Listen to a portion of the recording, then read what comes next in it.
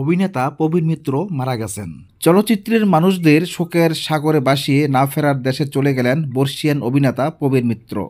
রাজধানীর একটি বেসরকারি হাসপাতালে চিকিৎসাধীন অবস্থায় রবিবার রাত 10টা 10 মিনিটে তিনি শেষ নিঃশ্বাস ত্যাগ করেন। ইন্না লিল্লাহি ওয়া ইন্না ইলাইহি রাজিউন। মৃত্যুকালে তার বয়স হয়েছিল 83 বছর।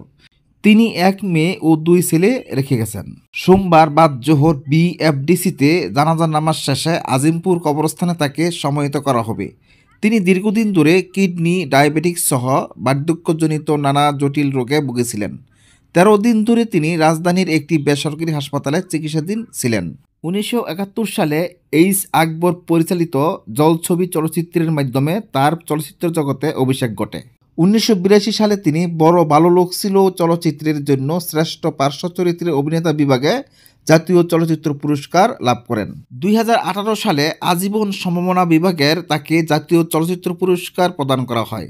2019 সাল পর্যন্ত তিনি প্রায় 4 যুগ ধরে 400টিরও বেশি চলচ্চিত্রে অভিনয় করেছেন।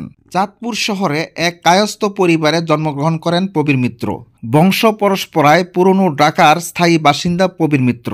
তিনি ঢাকা শহরেই বেড়ে ওঠেন। তিনি প্রথম জীবনে সেন্ট গ্রেগরি থেকে পুগস স্কুলে গণ্ডি পেরিয়ে জগন্নাথ কলেজ থেকে স্নাতক সম্পন্ন করেন। প্রবীর মিত্রের স্ত্রী অজন্তা মিত্র 2000 সালে মারা গেছেন। তার এক মেয়ে 3 ছেলে। ছোট ছেলে 2012 সালে 7 মে মারা গেছেন। কায়স্থ হিন্দু পরিবারে জন্ম হলেও পরবর্তীতে প্রবীর মিত্র ইসলাম ধর্ম গ্রহণ করেন। তার মৃত্যুতে গভীর শোক প্রকাশ করেছে বাংলাদেশের চলচ্চিত্র ও বিনোদন সাংবাদিকতার প্রতিনিধিত্বকারী সংগঠন বাংলাদেশ চলচ্চিত্র সাংবাদিক সমিতি।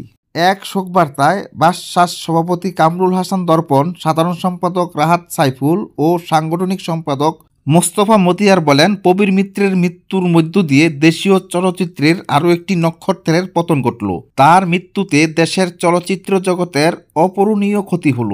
বলিষ্ঠ অভিনয়ের কারণে তিনি দর্শকদের হৃদয়ে চির অমর হয়ে থাকবেন।